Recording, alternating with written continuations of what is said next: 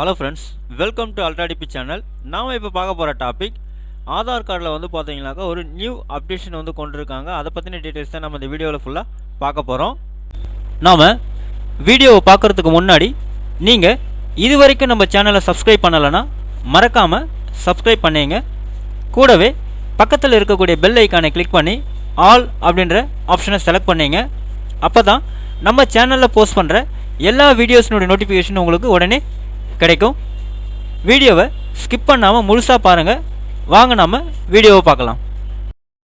அதாவது ஆதார் அட்டை வந்து பார்த்தீங்கன்னாக்கா இந்தியர்களுக்கு ஒரு முக்கியமான அடையாள ஆவணங்களில் ஒன்றாக இருக்கிறது நம்ம எல்லாருக்குமே தெரிஞ்ச ஒரு விஷயந்தான். அதாவது பிறப்பு முதல் இறப்பு வரை எல்லாத்துக்குமே வந்து பார்த்திங்கன்னா இப்போ வந்து ஆதார் கண்டிப்பாக தேவைப்படுது.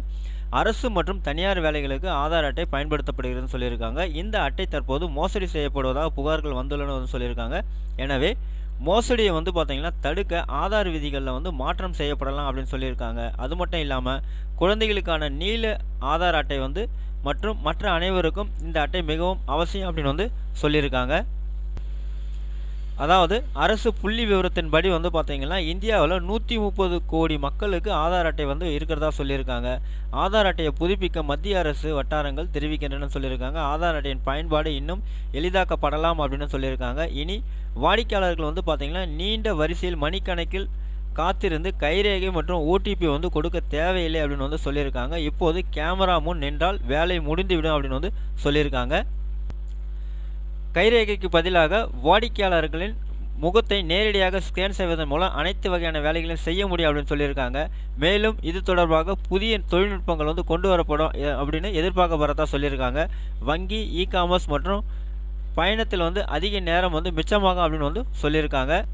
மேலும் வாடிக்கையாளர்களுக்கு வசதியாக இருக்கணும்னு சொல்லியிருக்காங்க. காலப்போக்கில் மக்களின் கைரேகை மாறுவதால் பல நேரங்களில் பிரச்சனை ஏற்படும் சொல்லியிருக்காங்க. எனவே முகத்தை வைத்து இந்த வேலையை முடிவடையும் என்று எதிர்பார்க்கப்படுறதா சொல்லியிருக்காங்க. இந்த செய்பவர்கள் பல ஆதார் அட்டைகளை வைத்திருந்தால் இந்த தொழில்நுட்பம் தொடங்கப்பட்டால் அனைத்து போலி ஆதாரம் கண்டுபிடிக்கப்பட்டு அனைத்து குற்றவாளிகளும் வந்து அடையாளம் காணப்படுவார்கள் வந்து சொல்லியிருக்காங்க. அனைவரின் பாதுகாப்பையும் உறுதி செய்வதற்காகவே வந்து பார்த்திங்கன்னா மத்திய அரசு இந்த வந்து யோசனையை எடுத்திருக்கத்தான் சொல்லியிருக்காங்க. மேலும் வாடிக்கையாளர்களுக்கு அதிக நேரம் மிச்சமாகும் சொல்லியிருக்காங்க. ஆனால் இந்த வேலை வந்து எப்போது தொடங்கும் என்பது குறித்து அரசு தரப்பிலிருந்து எந்த ஒரு தெளிவான கருத்தும் இதுவரை கிடைக்கவில்லை அப்படின்னு வந்து சொல்லியிருக்காங்க. ஸோ அப்போது இந்த ஆப்ஷன், அதாவது ஃபேஸ் ஸ்கேனிங் ஆப்ஷன் கொண்டு வந்தாங்க அப்படின்னா இனி வந்து பார்த்தீங்கன்னாக்கா கைரேகைக்கோ ஓடிபிக்கோ அதிகமாக வேலை இருக்காது. ஃபேஸ் மட்டும் கொடுத்து நம்ம கேமரா மூலம் வந்து ஃபேஸ் வந்து ஸ்கேன் பண்ணாலே போதும், ஃபேஸ் ஸ்கேனிங் இருந்தாலே போதும், ஆட்டோமேட்டிக்காக எல்லா வேலையும் நீங்கள் ஈஸியாக முடிச்சிக்கலாம் அப்படின்னு சொல்லியிருக்காங்க. ஓகே ஃப்ரெண்ட்ஸ், அவ்வளோதான் உங்களுக்கான இன்ஃபர்மேஷன்.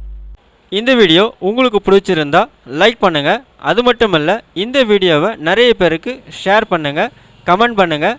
மறக்காமல் நம்ம சேனலை சப்ஸ்கிரைப் பண்ணிங்க. மீண்டும் ஒரு நல்ல வீடியோவில் சந்திப்போம். நன்றி, வணக்கம்.